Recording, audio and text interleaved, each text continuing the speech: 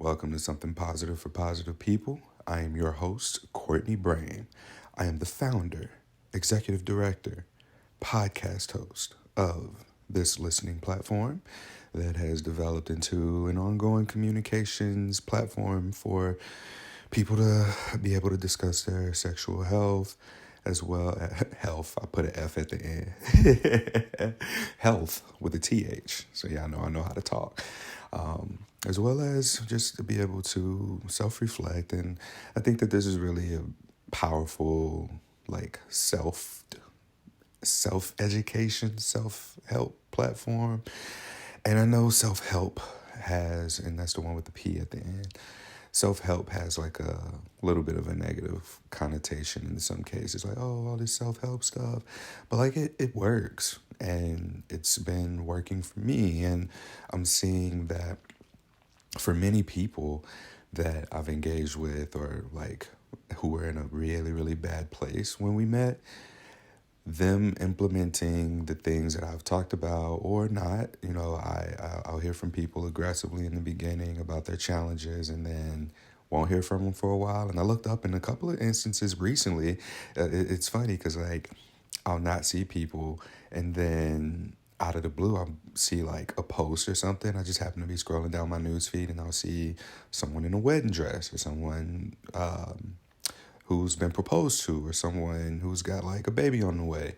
And I'm like, who is this person? I look back at our messages, and I'm like, whoa, this person from 2 years ago who, was talking about just how much of a struggle dating and relationships were, and how much they hated having herpes. And like, here they are. I haven't heard from them in a while. And I'll just reach out, say congratulations, and they'll be like, oh my God, I'm here's where I am now. Like, thanks for being there. And that makes me really happy. That makes me happy to see that whether they do or don't take my guidance, like people are putting themselves in a position to get what it is that they want, whether that be family, partnership, marriage. I don't necessarily know if I've heard people apply any of this stuff to their career, but it does make me feel good because I'm always seeking information that helps me to, I don't want to say be a better person, but just like to more so settle into what my own reality is, as well as being able to be perceptive to what's going on around me. I think that that's probably the more important thing about self-help that just doesn't get talked about, along with many other things that just don't get talked about, but that's neither here nor there. I'm here today. It's another solo episode. I had a podcast interview scheduled for this time. Like, I checked in with the person, we scheduled the appointment, we locked it into the calendar. I followed up before and made sure that I had their email to send them the calendar invite. They accepted the calendar invite. And then this morning I reached out. I was like, hey, if you're ready earlier, let me know, which I always do as a way of checking in, because typically people like won't tell me that they're not going to show up or that they're canceling. I kind of have to find out on my own. So, like, I've just learned over the years, 5 years now, a little bit more than 5 years I've been doing this, 5.5 almost, that I just have to check in with people beforehand because, and on one end, what I've learned from sales is you give people an opportunity to cancel by doing that. But at the same time, like, I don't waste my time. So if I message you an hour before our podcast interview and you tell me you're not coming, cool, I can go and do other things with this time. But like in this case, I was like 30 minutes early to checking in, and unfortunately the guest realized that they had to work today at this time, and I don't know. I think I'm really over the thing, because I have a thing where if you reschedule with me, we just won't do it. Or like if you bail or flake, or I don't hear from you, or last minute is when you make the cancellation, I just don't bother. Like, I'm not going to keep chasing you. I think that this has come as a result of allowing people to not be respectful of my time. And because I don't know, I can't say that like I demonstrated lack of respect for my time. I just know that a lot of people do believe that entrepreneurs, people who work for themselves, make their own schedules. But the thing that people don't understand is that I don't really make my own schedule. My schedule is everyone else's schedule. I am always on other people's time. So if we make time to do a thing and then it's canceled and we have to reschedule, that means that rescheduling looks like I have to move things with other people in their time, if that makes sense. So it's like I don't necessarily have my own time except for the times that I choose not to work now, which I've set very strategic boundaries around that for myself, just to take care of myself. And these are my acts of selfishness by choosing to not engage, and I even like violated my own boundary by reaching out to this person outside of when I should be reaching out to people or on social media. And on one hand, I'm glad I did because I know, but it messed up my whole morning. Like I normally wake up early, I'll do yoga, go to the gym, come back, and then start my day. But like having to shift things around, like I also have therapy, I also need to eat, I need to cook, I gotta allow travel time, and yeah, it's just not worth it. I think that we're going to hear a lot fewer guests moving forward on the podcast, at least like everyday people guests, because there just seems to be so little regard for the time. And maybe people just don't really value what they're actually bringing to this space because they just don't know. But like for me, I feel like I have accountability for myself to continue to show up. You know, no one's going to be mad at me if I decide, all right, this has become overwhelming. I don't want to do this anymore. But I recognize like what people get out of it because I hear from people. I hear from people who hear their stories in someone else's. They feel seen, they feel heard, they feel represented, they feel like they can carry on. And nobody coming into an interview knows the kind of impact that they're going to have on another person who might listen, who they'll never meet. They will never meet these people. But I don't want to like guilt trip people into being here. Like if you don't want to be a guest, then please don't reach out. Please don't accept my invitation to be a guest. Like I would much rather people just say no than schedule, get it locked in, and then we move on and then we just don't do it. For me, this has been triggering for the issue that I have with my father that I've talked about, which is we say we're going to do something, get excited, and then it just doesn't happen, and then I'm disappointed, right? So I've been really working on that for myself and allowing myself to get excited and allow for other people to get me excited because I recognize that one of the ways that I've combated that belief that if I get excited, then I'll be disappointed is more so making it, giving myself the opportunity to make myself excited about a thing that I'm going to do or a place I'm going to be or food that I'm going to get. And I follow through. Like I hold myself accountable. And even if it doesn't work out the way that it's supposed to or the way that I wanted it to, it works out how it's going to work out. Like yesterday's a perfect example. I know that I like Chinese food. I can't get Chinese food in Portland. It's terrible. So I go for Thai food. So I got excited about Thai food, especially from this one place. I looked online, they were open. I walked over there. They had a sign on the door that said closed, sold out, right? And I could have been disappointed, but no, there's plenty of Thai food places here. So I go to another one and I order what I want. I got it and it was good. I got something new and different. And I got to be excited. I didn't let myself down. But I know that I have given other people the opportunity to excite me and disappoint me. And it seems like I'm kind of like calling that in a way by not doing something. So I don't know what that something is, but I do recognize that there's just like a complete disregard for my time.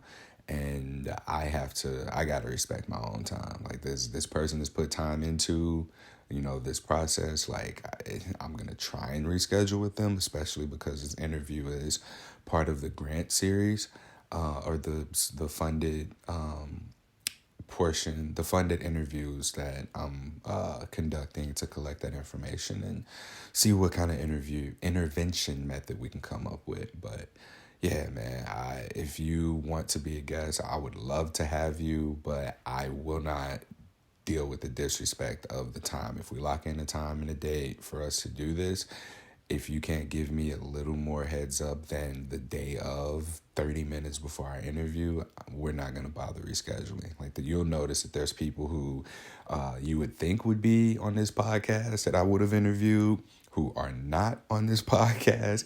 And it's for that reason. Like I got to take care of myself, and I can't be on here telling people, do what you need to do for you. And I'm not doing what I need to do for me. Like I set the example. I'm the facilitator of this. And so, yeah, that's where we are.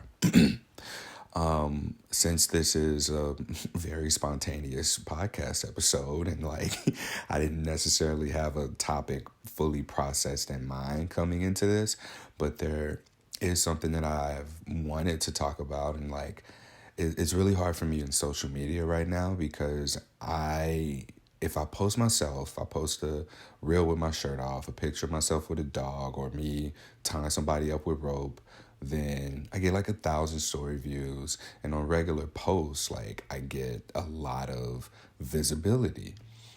If I talk about sexual health, if I talk about any like takeaway or major thing that happened on this podcast to share and as a way of, hey, people, like this was really powerful. Like I want for you to get something out of this. It doesn't get visibility. Like I had a post that got like 200 views, like meaning that doesn't mean like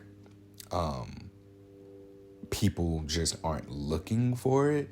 What it means is like people aren't seeing it. I don't know what it is, but like if I post a picture of myself with a dog, like 3,000 people see it. I have the analytics for the business page, and it's just so wild to me. Like I did this experiment yesterday. I made 2 posts. I made one with a link to my podcast, and I basically wrote a 2-sentence summary of what it was about. And then I made a post immediately after that didn't have a link in the podcast.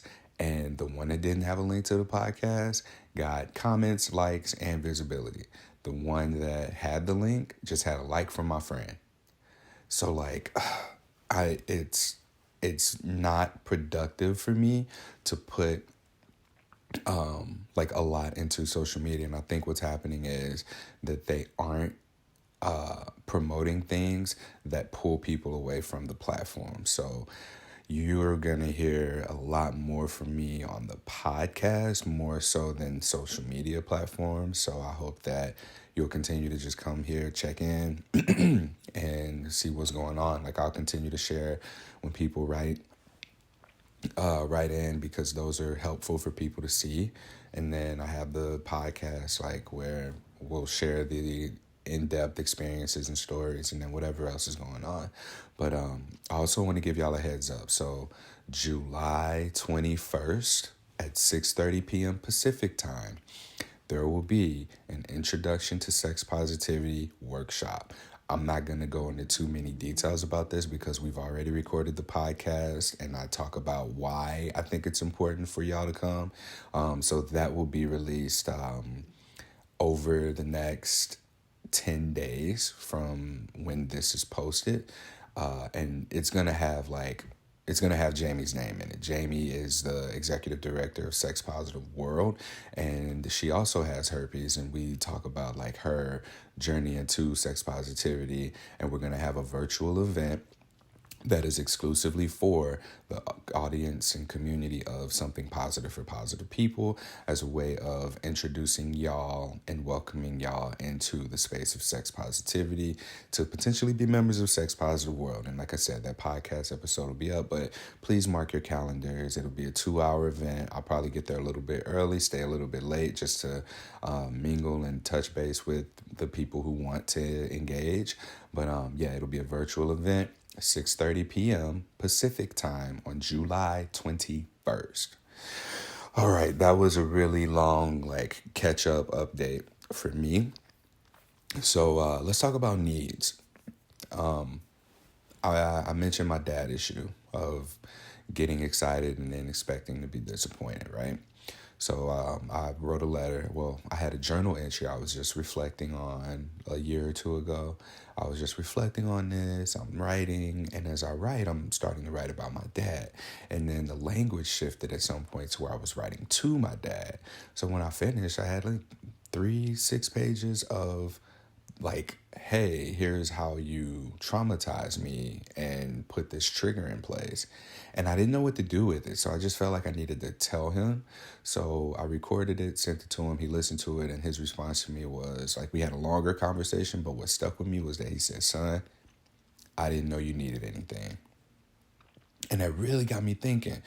And I didn't really know what to do with that information. I recognized that I've developed this sense of hyper independence, though. And all this time, like even from when he said that a year or two ago, I can't remember which summer it was. It was COVID high, like when things were closed down and all of that. And it hit me like this past week, last week, it hit me that that statement really sums up a lot of my challenges because I look at what needs are, and I live in Portland, Oregon, and there's a lot of people who are members of the houseless population. You may know them as homeless people. And what I notice is like when I see people who are holding up their signs, like I think, and we call them beggars. And beggars are essentially people who, under whatever circumstances they're in, they need something and they are asking for what they need. Homeless, anything helps. Retired vet, just homeless, houseless. I have a family. Anything helps. A few dollars, cigarettes, food, water, whatever it is, they are asking for what it is that they need. I know in my experience that these people have been called by other people around me beggars. And that's how I viewed them. I viewed these people as beggars. And beggars do a thing that is not appealing, unattractive, which is begging, right? And when you look at what begging is, it's essentially asking for what your needs are. There may be a more there may be a better definition, but that's kind of how I'm seeing it. And so beggars are people who are not afraid or prideful or too prideful to ask for what it is that they need. Like I watched this man yesterday. I don't know what his situation was, but he was carrying blankets and he walked up to the bar. I don't know what he said, but I remember seeing him a few times in this area. And one of the days, like I was with a group of people, and he was like, "You got anything to spare for the homeless?" And this lady offered her food. We just left the restaurant. She ate maybe half her food, and then she put it in a box. And then he was like, "Oh no, thanks. Got to look out for my health. COVID." And I thought that was strange. I was like, huh, all right, you're taking care of yourself, but like I don't see you, you're not wearing a mask, and masks are everywhere. Not to make any judgments, but these are just observations that I made. And I've seen people like get mad when I've offered them food or given them food, because that's my thing now. Like I've set a boundary around that. I will go out of my way to buy you food if you're willing to go out of your way and come with me to the place, pick out the food.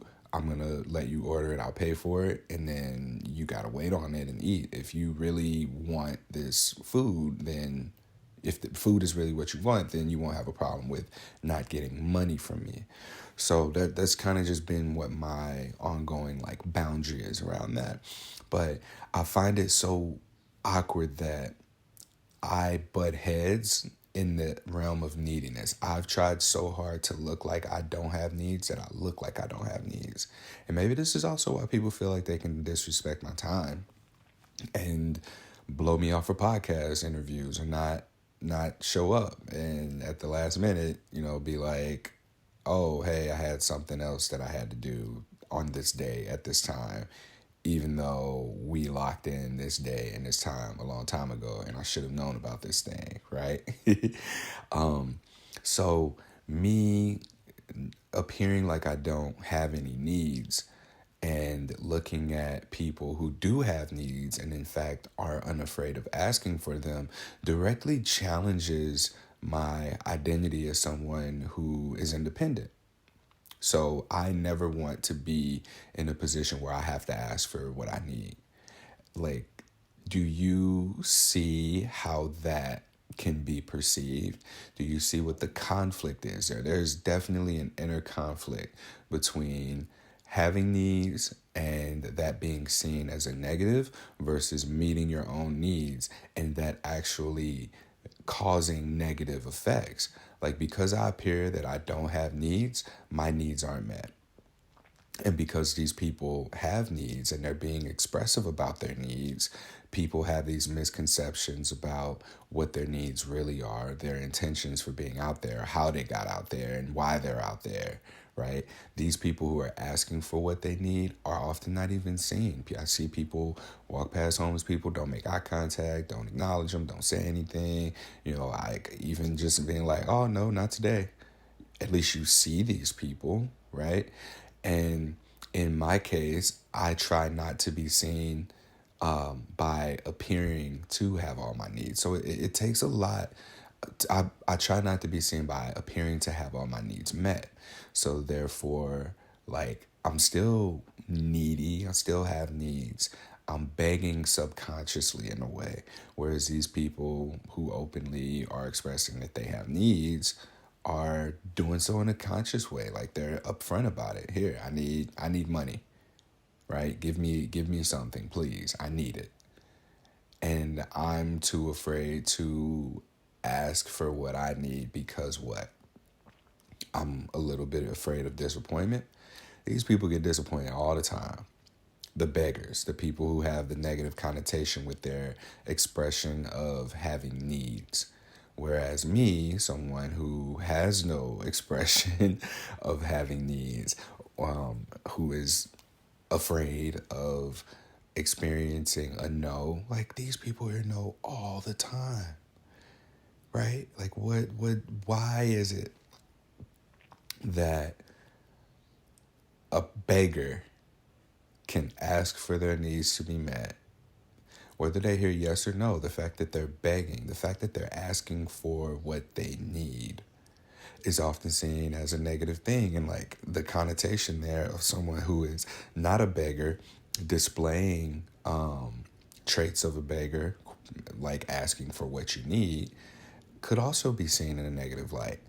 And as I get older, as I find myself surrounded by more people who are capable of not only meeting their own needs, but also asking for the needs to be met that they can't meet themselves, the more I'm spending time with and sharing space with these people and, sort of passing off opportunities like, here, hey, I need this. Can you help me with this? Hey, what do you need? Here's what I need.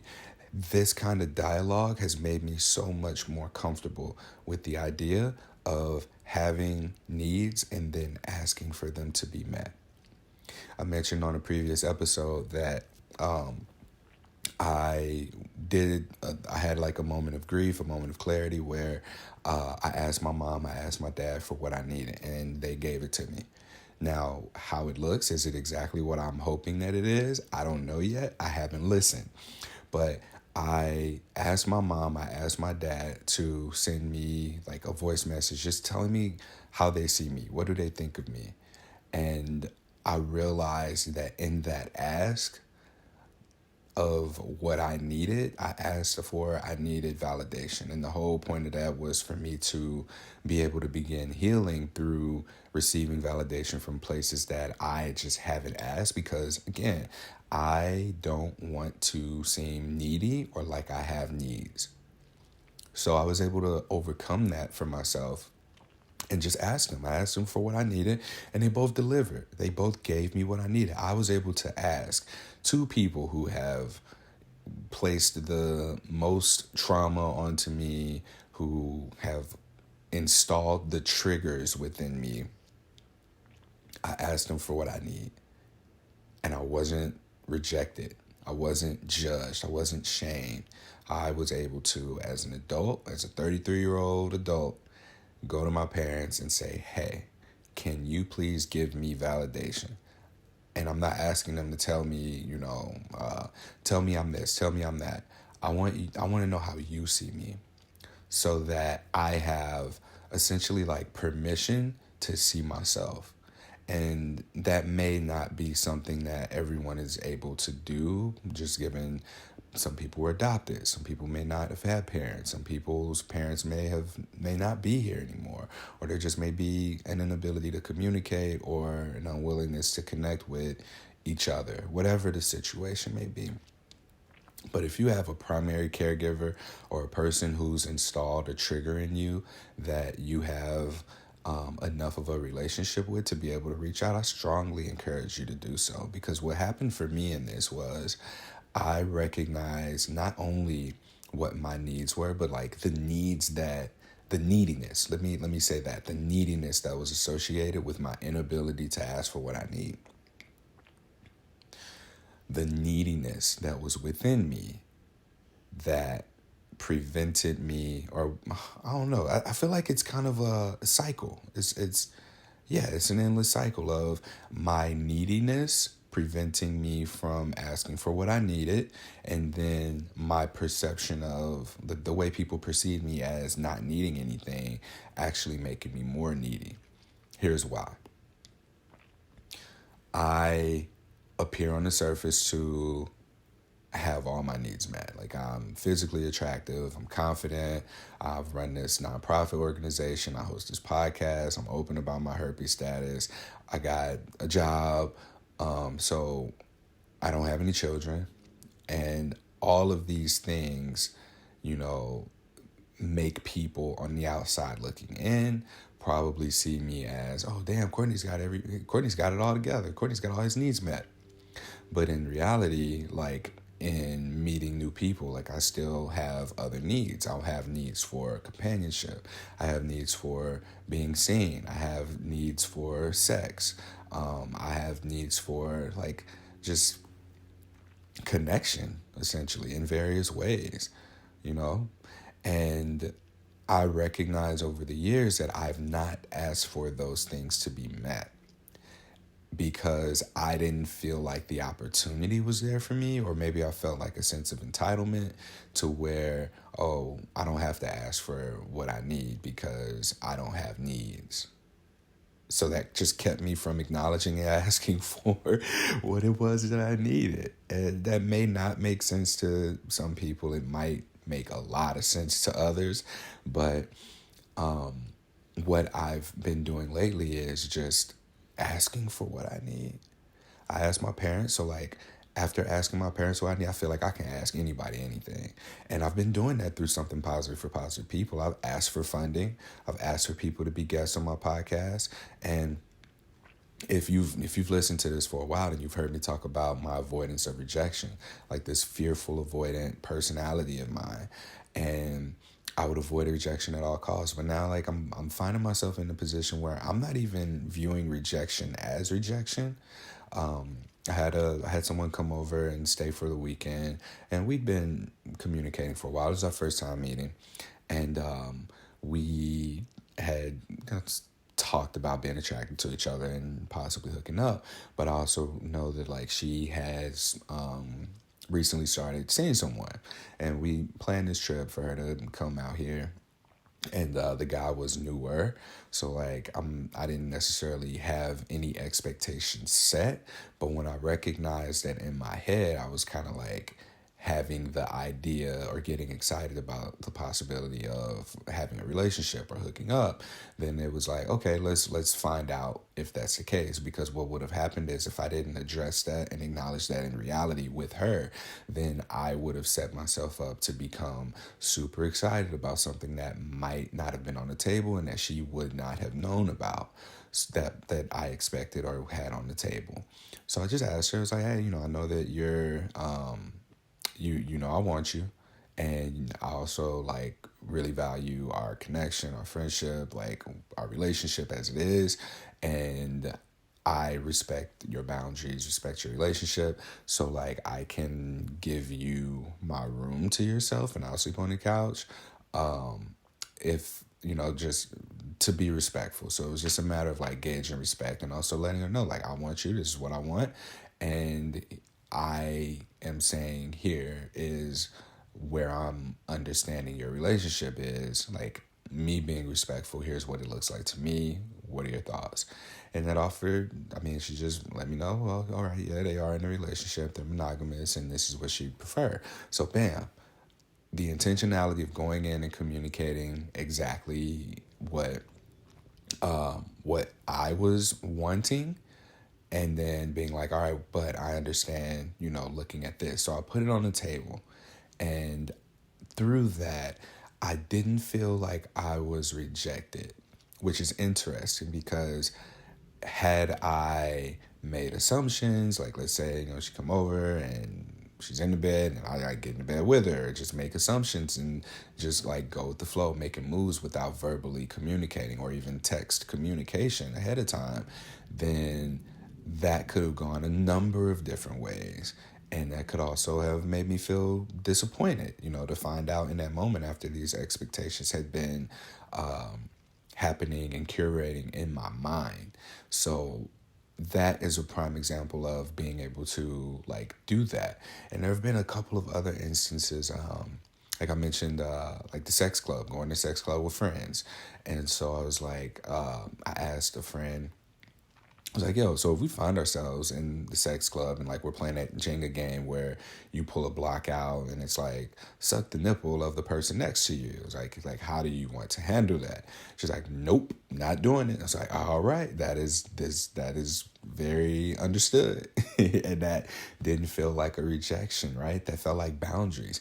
Boundaries aren't rejection, you know, asking for what you need and like someone not being able, capable, willing, or in a position to give you the thing that you are asking for is not inherently a rejection. That just might be a boundary, you know? And for us to feel rejected in a way is like diminishing the value of how powerful it is for us to just ask for what we need.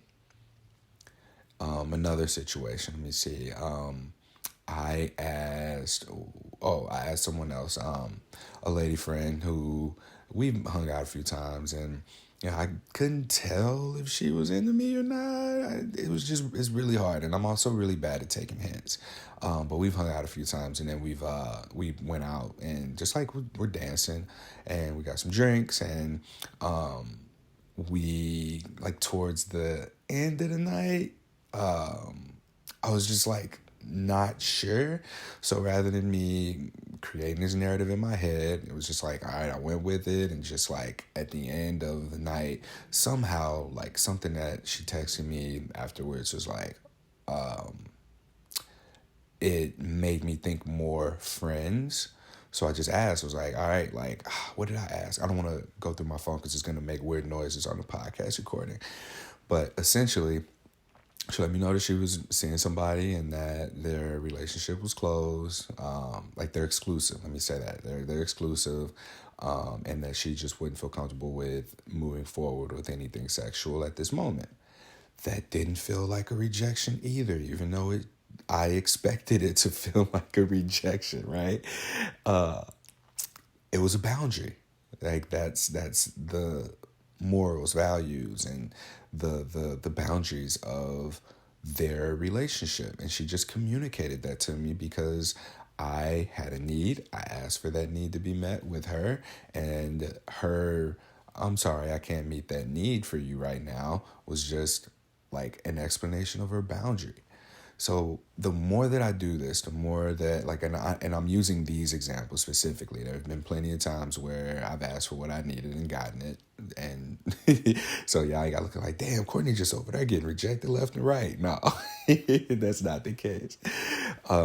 It's good practice because I get to see other people set and uphold their boundaries, And I'm able to learn from them how I want to set, implement, and uphold my own boundaries as well. There's another situation, someone I was seeing pretty regularly, actually, like 2, 3 times a week. Her and her partner, they closed their relationship. And we are still friends. Like, we just actually hung out yesterday, and we went to the hot tub. We caught up. We were talking. We went and got food, and then we watched a show that we watched, and then she just went home.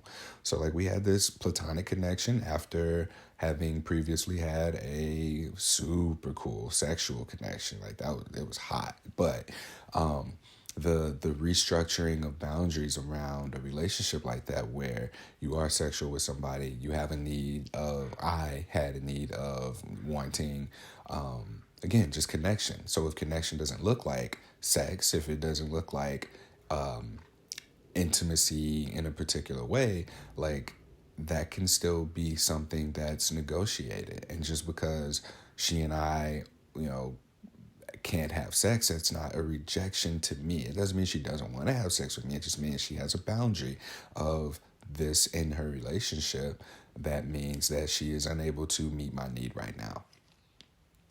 So these are healthy expressions of having and asking for what you need, and then maybe not being able to get the need or needs met from the person that you're inquiring on them from, right?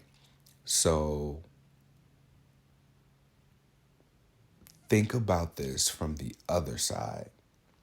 Think about how often someone may have come to you with what their needs are directly and how you responded. Do you respect a person who just comes out and asks you for what they need?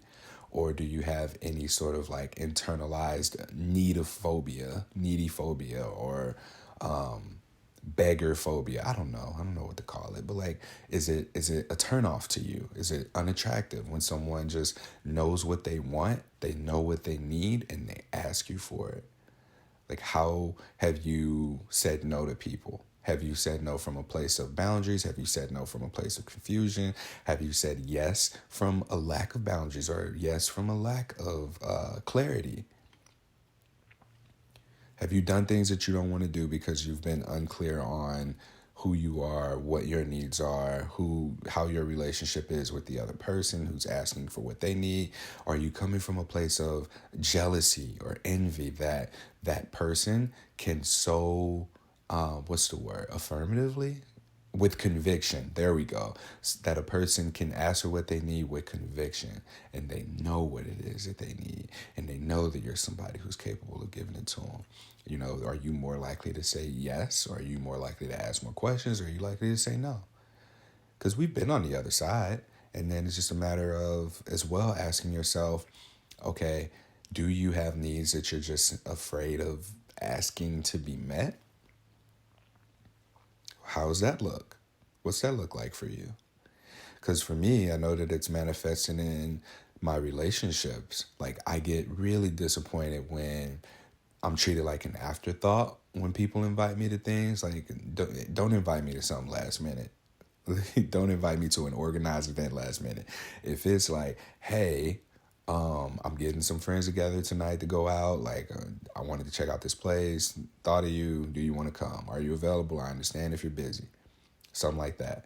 Don't tell me, hey, I had this organized event that has catering and a schedule, itinerary. I had this for the last several weeks, but if you want to come, you can. Like, and then be disappointed that I can't come because you told me about it last minute. Like, that just tells me you don't think I'm doing shit. Like, what I'm doing is not important to you. I ain't got shit to do, and I'm always available to just come do what you want me to do. That is not how this is working. Like I said earlier, I am often on other people's time for work. That is my career. This is my passion, arguably my purpose. And I'm not putting that shit on the back burner for people who don't respect my time. Like, it's as simple as that. Like, this is my priority. This, and then being able to take care of myself. And as I'm, again, learning to ask for what I need, I am allowing for myself to lean into these areas that I've shut off from childhood because my mom told me not to be these ways.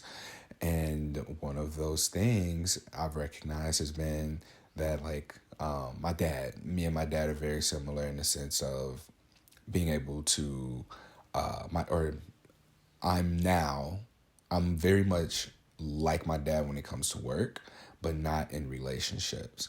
And here's an example. Like my mom, I asked her to give me like the traits of my dad that she liked or was attracted to. And one of the things that she said was that he's very he's very he's very arrogant. Arrogant was her word, but I'm sure she meant confident. And also that he what was there was another word that she used. I can't remember what it was. Damn. But I'm selfish. Selfish is the word. Like he would go fishing, he'd go hunting, he'd go shoot guns. He was very good at doing what he needed to do.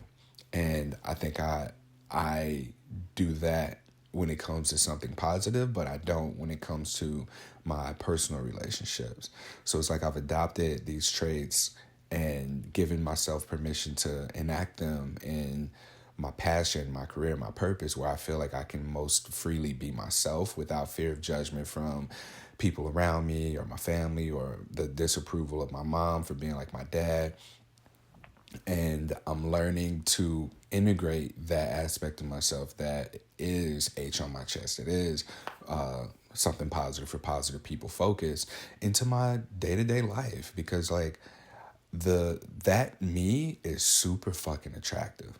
Like I haven't sat and did like the T chart of not Courtney Brame everyday life versus H on my chest Courtney. I have not done that. Don't plan to at all.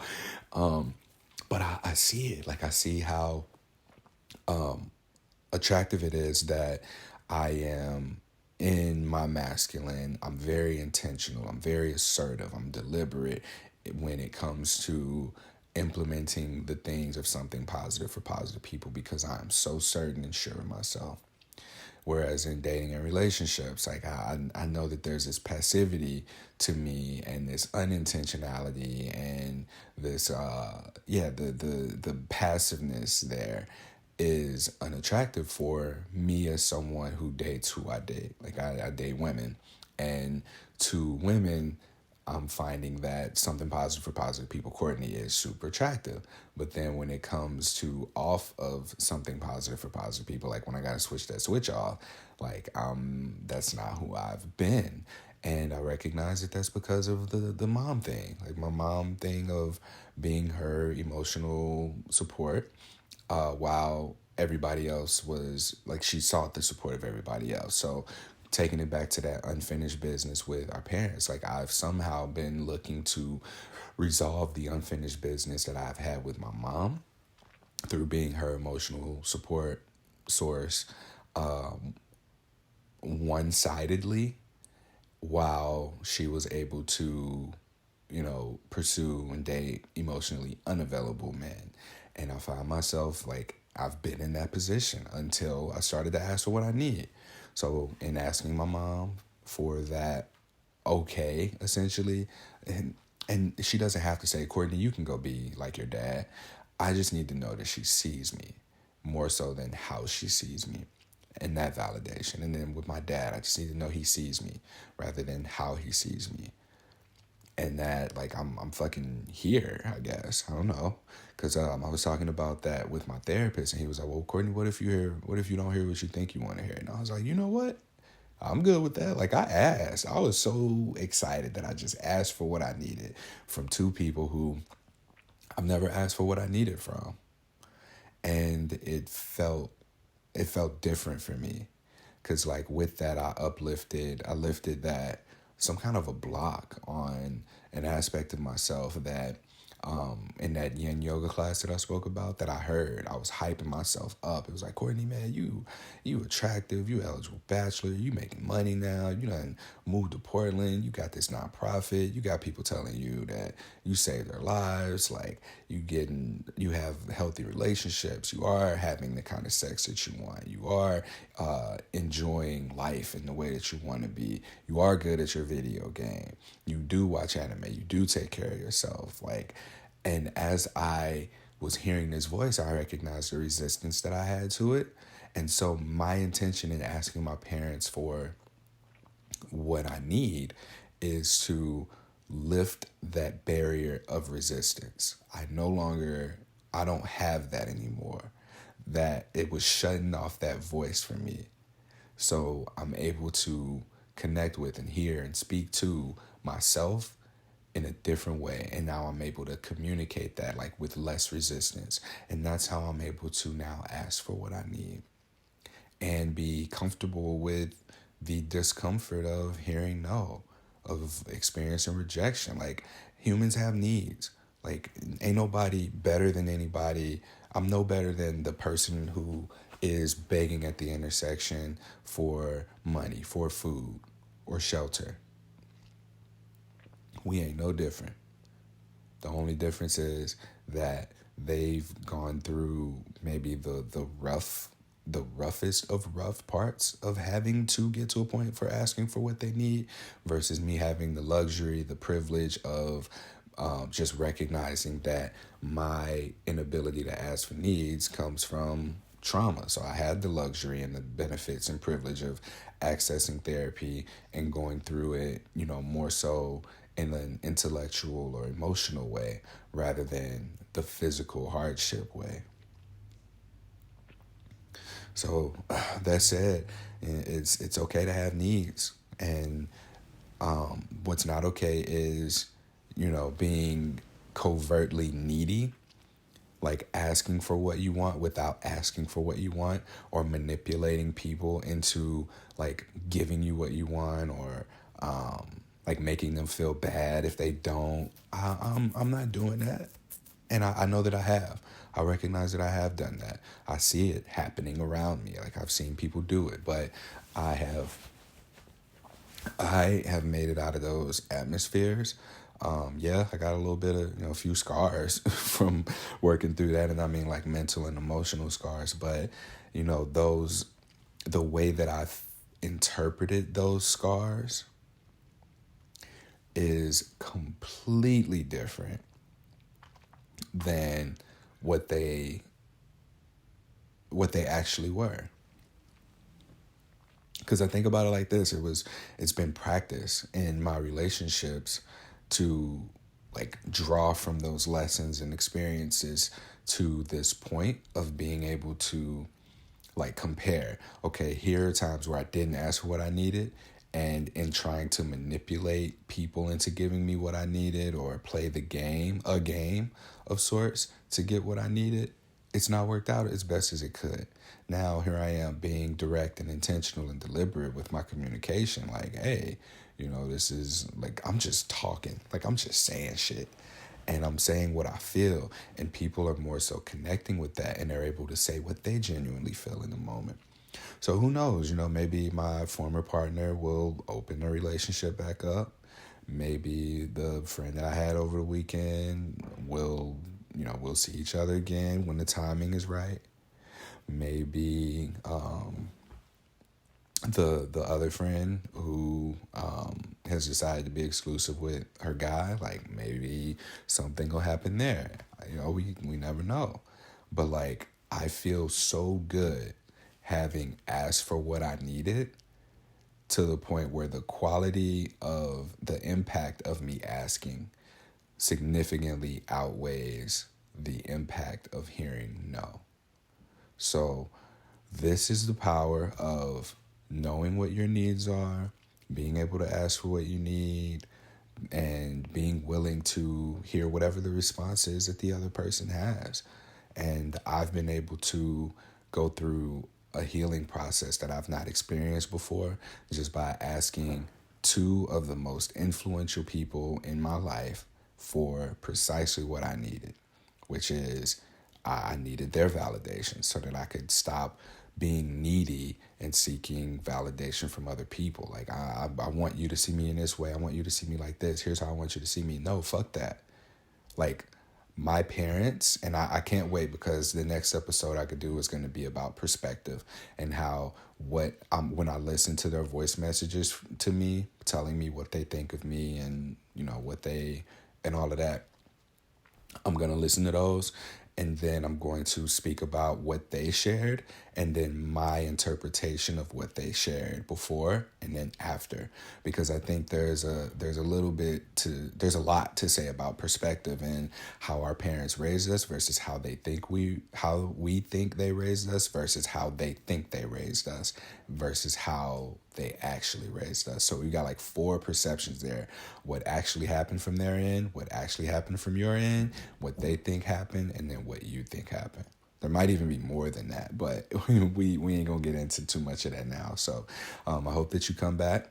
That episode is gonna be about perspective, and I'll get that uploaded after I listen to the messages from my parents. But I'm about to head into therapy now. And I hope that you got some value out of this. I really do. And please practice setting, upholding, and honoring the boundaries of yourself as well as other people, because if you don't honor your boundaries, nobody else will. And you'll start to see a pattern too where you won't, where when you violate your own boundary, you find yourself much more significantly hurt than if anybody else would have violated your boundary, right? You start to be disappointed in yourself and hold yourself accountable. So there's a lot to be said for that as well. I'm really pumped about this exercise that I gave to my parents to do, because it's going to help me with being able to give myself permission to validate myself. Like, I get messages all the time from people about how attractive I am, about how helpful I am, about how great it is that I'm doing what I'm doing. And I recognize like the quantity of those messages carry almost no significant value or weight when it comes to the validation that I receive from just like being able to ask for what I needed from my parents. So it'll be interesting to see how that impacts me and being able to speak to that experience on the next episode of Something Positive for Positive People. So be on the lookout. And again, if you haven't already, please mark your calendar for July 21st, 6:30 p.m. Pacific time, as we'll be doing that virtual introduction to sex positivity, sex positive world. And I'll have an episode about that. You'll know when it's out, because I'm promoting the crap out of it. All right. And as I mentioned earlier, like, people who implement this stuff, people who practice what they learn from Something Positive for Positive People, they don't need this much longer. They come get what they need and then they leave, and they find themselves in the relationships they want to be in and in the life that they want to have. And I wish that for you. So, from this episode, like, identify what your needs are. Start practicing asking for your needs to be met in a way that you don't misinterpret someone's no as a rejection. And like, let's reframe how we view having needs versus being needy. Being needy is having needs and then trying to manipulate your way into getting them, like asking for what you need without asking. Whereas having needs is identifying what it is that your needs are and then being willing to just directly ask for them, not in a covert way. All right. That concludes this episode of Something Positive for Positive People. If you like this episode, consider supporting the organization by just making a donation. I'm on Venmo and Cash App at Courtney Brame. On PayPal, you can just go to paypal.com/SPFPP to make a donation if you're not in the United States. And you can consider becoming a Patreon subscriber if you want to just set up reoccurring donations. Till next time, stay sex positive.